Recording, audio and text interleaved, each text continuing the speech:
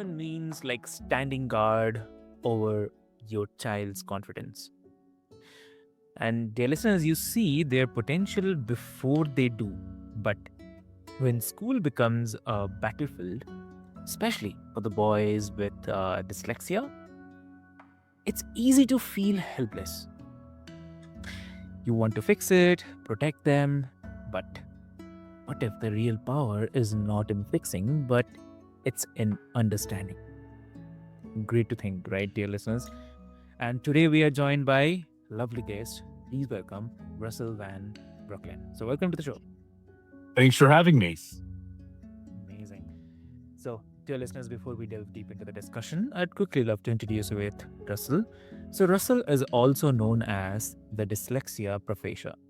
So, he's on a mission to help parents, especially fathers, turn moments of frustration into measurable progress using a simple research backed strategy called the sentence builder approach. So, no tutors, no programs, just 10 focused minutes at the kitchen table that can change how a child feels about learning and how a dad feels about fatherhood, right? So I'll not take much of your time, dear listeners. Let's get started. Welcome to the show again. Thanks for having me.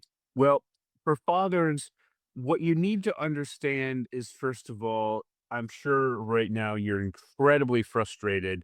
You've been working with your children who are dyslexic or ADD or ADHD. Their reading and writing is grade levels behind of where it's supposed to be. And everything you tried just isn't working. So I'm going to briefly go over the science and then tell you how to overcome this. But first, you might be asking, why should I even bother to listen to you? What gives me any right to talk about this subject? Well, you see, I have dyslexia, and I can almost assure you that my reading and writing skills for my base level are lower than your children. And this kind of shocks parents, but in my first program, that I did, I was literally funded by the New York State Senate after years of doing the background work to get them ready to fund me. And what I did is I took high school juniors and seniors, 16 to 18-year-olds. They were writing like 12-year-olds, and in a public school in New York State, working with these are highly motivated, highly intelligent students with their best teacher. We increased their writing from 12-year-olds to that of 21-year-olds, college graduates. They jumped 6 to 8 grade levels in one class period a day for the school year. All went on to college, all graduated with grades between 2.5 to 3.6, cost New York State taxpayers less than $900 a student. How was I able to create this? My base reading and writing level, this was what New York State tested as we were doing the background work for the program. My base reading and writing skills are that of a 6-year-old, first grader. And when I turn my system on, it's up at the graduate level, and then it can drop down again. So I've been there. So as far as working with uh, parents working with their children, um, I'm just going to give you another example that we recently had. I'm in the process of writing a book. It's called Literacy and Reading Dyslexia Turnaround. It's about the story of Kimberly, who was working with her 10-year-old son, who's homeschooled. His name is Reed. Reed increased from beginning third grade reading and writing level to grade level in about 6 months working with Kimberly. And she worked with him for 3 half-hour sessions a week and for about 6 months. And now Reed is in public school because his friends wanted him there for social reasons, and he's in mainstream classes doing just fine. Mm. So I'm going to kind of go over what we did to make that successful so that you can start to work with your children like this, your dyslexic, ADD, or ADHD children. So the first thing you have to realize is, what is the science behind what's going wrong?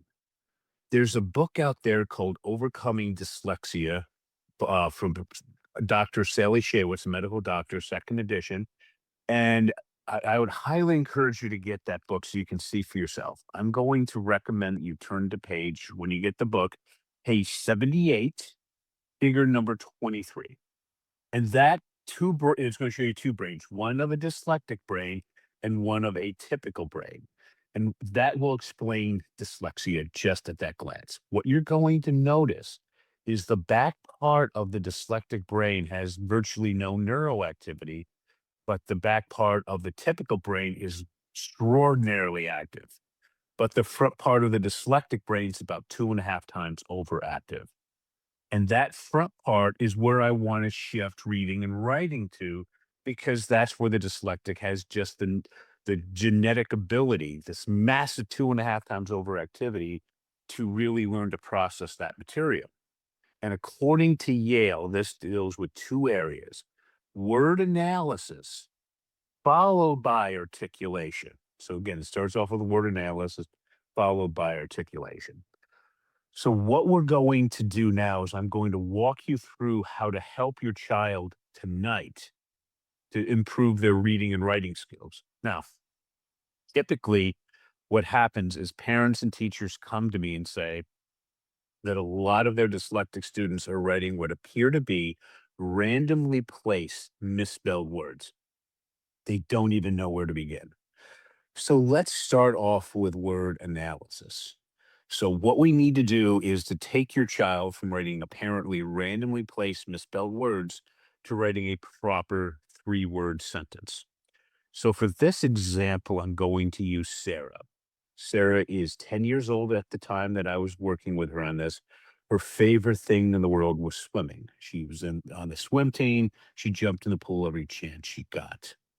So as we're going through this, Sarah was writing randomly placed misspelled words. So what I did is I typed out the following: hero, plus sign, what are we talking about? And then I had Sarah type that out as well. That is fine. This is using the default writing strategy of copying from Professor James Collins' Strategies for Struggling Writers. So then what we have is we switch out hero for Sarah. So now we're having Sarah plus sign. What are we talking about? And then we're going to swap out what are we talking about. We have you create a list of 10 things Sarah really likes and 10 things Sarah doesn't like. And we would go to the top one of the likes that she wrote out, which is swimming, and we swap that out for what are we talking about. So now we have Sarah plus sign swimming. So now we have to do something with that plus sign. We have to swap it out for a word and complete a basic 3-word sentence. So typically, when I do this at a major dyslexia conference, I will tell the teachers I'm going to confuse them. I'm going to try to ask them something they're not going to get it correct, even though it's the simplest questions that will ever be asked. And we're looking for an epiphany. And at that point, what I'll say is we have to replace the plus sign. We have Sarah plus sign swimming. I'm going to ask them, does Sarah like or dislike swimming? And most of them will say like, some will say like, and then what virtually all of them do is when I put it into the sentence, they add the S to make it correct. Sarah likes swimming. And I would tell them that's not what I asked. I would say, I said, Sarah like or dislike swimming? Sarah would answer like because that's what I asked them. But when they put that into the sentence, they automatically add the S. I said, well, that's what educated people tend to do. Sarah's dyslexic. She doesn't know how to add the S. So now we get into a big technical discussion of how do we get a dyslexic to add the S. If you're a millionaire and you send your kid to a private dyslexic school that's $75,000 a year, they use what is called an Orton-Gillingham multi-sensory structured language approach. What that essentially means is they're using every sense you can imagine, seeing, touching, hearing, everything they can to get the child to learn how to add the S. Complicated as all heck, expensive as all heck, hasn't changed a lot since the 1950s. So I'm going to give you a modern way how to fix this. What we would do is we would say, Sarah, go ahead and read what you wrote out loud. Sarah like swimming. And I would ask Sarah, does that sound generally correct? And she's going to say no. I said, fix it. Sarah likes swimming. Okay. Now, for fathers, if your first language is something other than English, then go ahead and do this in your own language. It's you can adapt this. If you're having trouble trying to figure out exactly how to do that, I would recommend going to some of the artificial intelligence, have them think as much as they can, and they can tell you how to take what I just said and transition it into your own language. But as you can see, now we have Sarah likes swimming. Well, that's a basic 3-word sentence. Okay. Big deal. How do we move on to a longer sentence? What I just showed you, like and dislike, is a simple version. That is a simple version of word analysis. But now we have to go to articulation. So then we go to because, and the reasons after because is articulation. So we're doing word analysis followed by articulation, which is exactly what Yale says is the what's going on in the front part of the brain. We're now adding 2.5 times the neural activity compared to a general education student. That's allowing us to be far more effective. So after because, when I ask this at conferences, almost everybody says the same thing. Why does Sarah like swimming? Well, it's because it's fun. So we have Sarah likes swimming because it's fun. What we now have is a bunch of misspelled words. How do we get Sarah to correct her spelling? We tell Sarah to drop the period.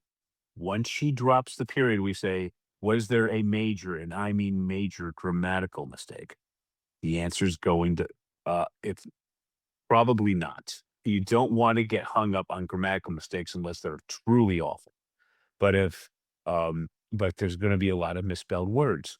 So what we tell Sarah to do is to go ahead and you type out what the correct sentence is, and then she copies it. Okay. And then what you're going to eventually do is you're going to stop copying. I call it the wheelchair crutches walking. The wheelchair is when you're typing and she's copying. The crutches are when she has to type it out. All right. And then walking is when she can do it on her own. So what I would do is after she's typed it out once, okay, Yeah. I would pull the copy once you've gotten that down. And then she's going to type it out. There's going to be all these mistakes. And then she's going to say, I'm not going to make that mistake again. And she does. Okay. This is as you're doing it multiple times. As she's typing it out, she's going to type it out between 3 and 13 times until she eventually gets it correct. Each time she types it out and there's still a mistake and she has to retype it, she concentrates even harder.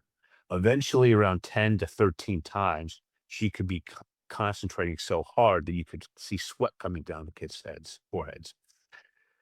The level of thinking intensely is extraordinary. And that's where the magic happens. Eventually, she'll get it correct.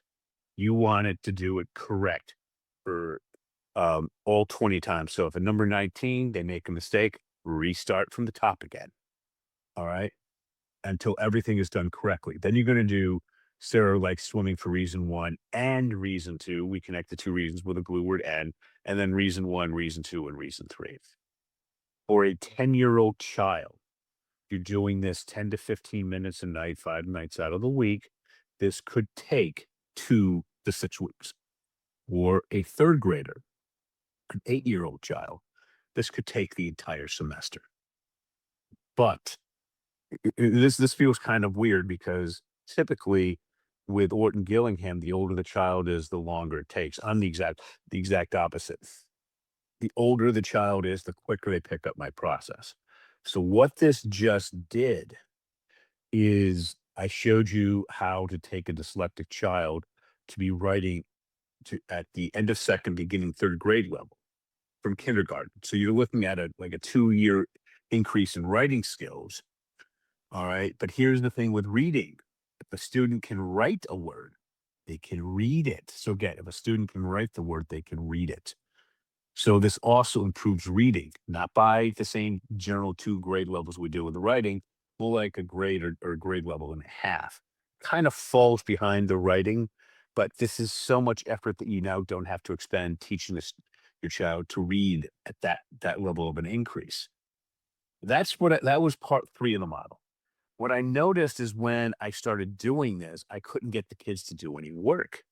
And then I found out I went back to I learned to read and write in law school. a lot of other dyslexic professors I spoke with, they learned to read and write. They did much better in their doctoral program. I was like, what was the cause? Grad school is incredibly specific, very narrowly focused. And that's what dyslexics like to do. So, what I did is I said, okay, let's focus on the speciality. And just to test it out, I took the most extreme case. I worked with a number of attention deficit hyperactivity students. Once I got them in their speciality, they were incredibly laser focused. So much so that parents would literally have to pull them away from working on their project because they loved it so much. So, what is a kid's speciality? It's their area of extreme interest and ability. How do you find it?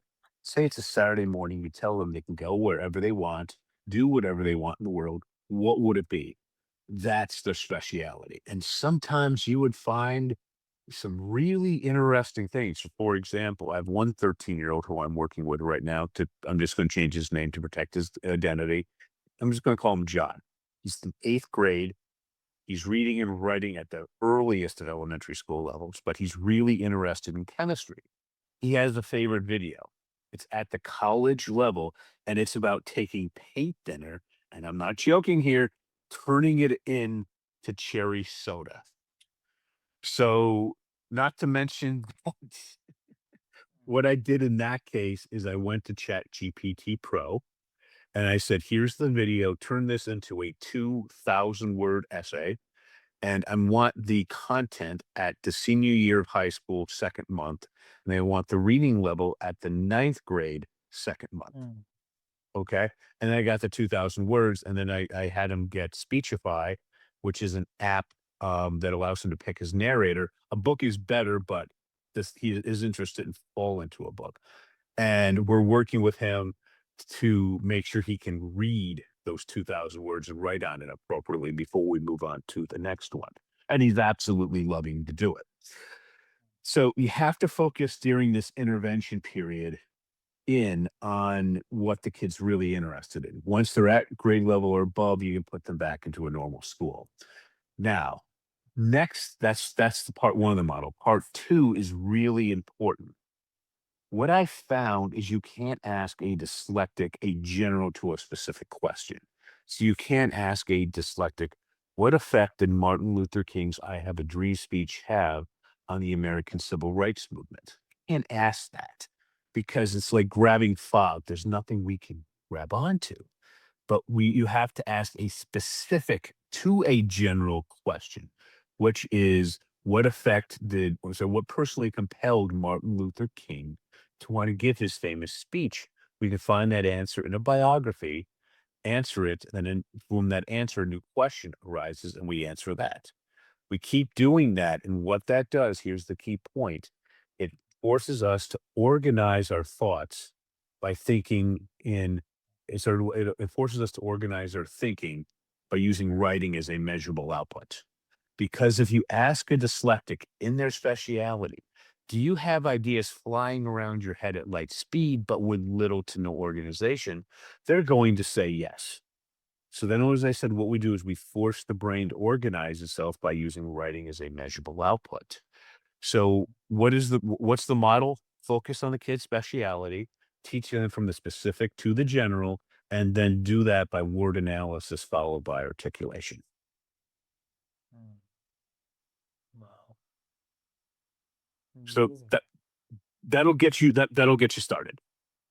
Exactly. Exactly. It's very, very important. I believe, dear listeners, I mean, everything already has been mentioned by him. And I believe Russell has explained it uh, step by step and with the example. And I believe I mean, nothing can be more better than this. So, but still, I'd love to ask you one more thing. Like, um, uh, we often see the boys with the dyslexia internalize failure early and they stop trying. They act out, and that creates wounds that follow them in a manhood. So, what can this experience teach men about the patience, communication, and even their own circle? What do you say?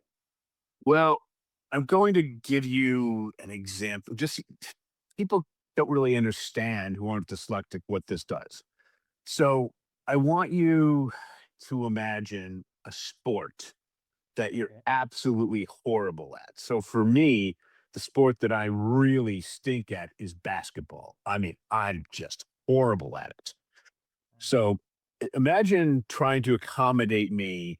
Imagine that my entire economic future depended on me being a good basketball player, but being told they'll accommodate me. Maybe they'll give me, actually, I'm going to give you a better example. Let's say it's tennis. All right. We're going to make sure that that to get accommodated, you're going to get a $2,000 tennis racket. $1,000 tennis shoes, the best uniform money can buy. We're even going to buy you the best coaches money can buy.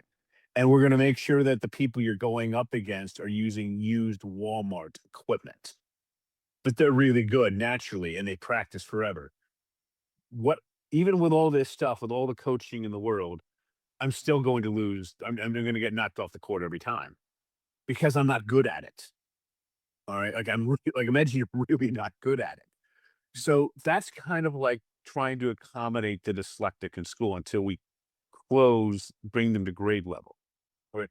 That's why the boys are acting out so much because no matter how hard they work, they're still not going to be good until you train them how their brain is designed. Again, look at Overcoming Dyslexia, second edition, page number 78, figure number 23. The back part of our brain just simply has virtually nothing going on. The typical brain is going crazy. But we got the 2.5 times the neuroactivity in the front part of the brain that really doesn't exert itself until graduate school, because that's when we're really in our speciality. That's what senior professors have told me for decades. So you have to understand that, teach the dyslexic until their reading and writing is at grade level. We have to focus on the model that I gave you, or the frustration will just continue and keep getting worse. Now, what is going through this do to them? Well, typically, until you intervene correctly, one of three things typically happens. The middle one is relatively uncommon. Number one, these kids tend to either get the minority become extraordinarily focused, incredibly motivated, and they will go through anything to overcome issues. Most likely, they're going to become shattered as a person, just completely broken. The middle, especially John, who was telling you about with the chemistry, I said, "I'm John, I'm not gonna make you do this, but just what are your thoughts if I said we're going to focus on World War II history?" And he hates World War II history. His response was he would muddle through, which happened. That's the least likely one that happens. So as you engage in this process, what it does is it helps to take those kids who are shattered as a person and to get back to being who they naturally should have been. All right. It teaches a lot of self reliance, a lot of self resilience, a lot of being really good problem solvers. So after they finish university, or if they're going into the trade schools like being plumbers or electricians after 2 year community college, what it means is they are very good at not only finding issues, working through them, and being very good at working with people, because we are treated so horribly in school as a dyslexic that when you find people running companies who are dyslexics, they tend to be very good to work with. For example, if you look at Shark Tank, there are 6 sharks. Half of them are dyslexic. Mr. Wonderful, Damien, and Barbara are all dyslexic. It's a huge advantage once it's corrected and you get out into the workforce. Mm. Wow. That's amazing, amazing.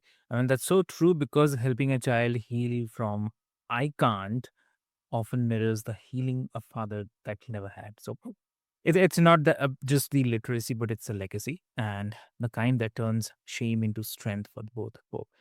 So uh, dyslexia isn't a flaw, dear listeners. It's a different frequency of genius, I'd say. And as Russell reminds us, like when a father steps into that space of curiosity instead of correction, uh, everything changes.